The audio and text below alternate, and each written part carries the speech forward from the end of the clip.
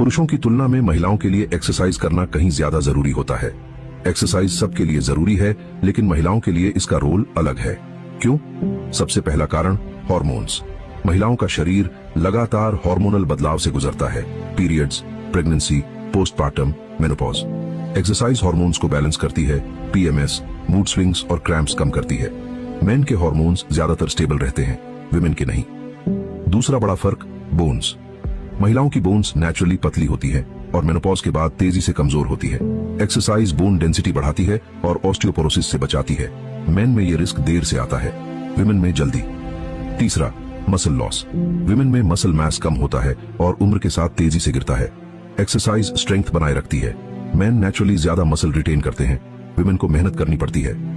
चौथा, mental health. Anxiety और depression महिलाओं में स्टेटिस्टिकली ज्यादा पाए जाते हैं। पुरुषों की तुलना में महिलाओं के लिए एक्सरसाइज करना कहीं ज्यादा जरूरी होता है।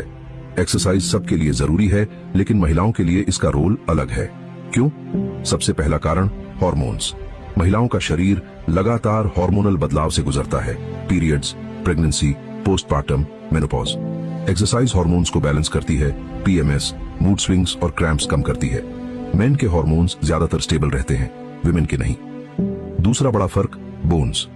महिलाओं की बोन्स नेचुरली पतली होती है और मेनोपॉज के बाद तेजी से कमजोर होती है। एक्सरसाइज बोन डेंसिटी बढ़ाती है और ऑस्टियोपोरोसिस से बचाती है।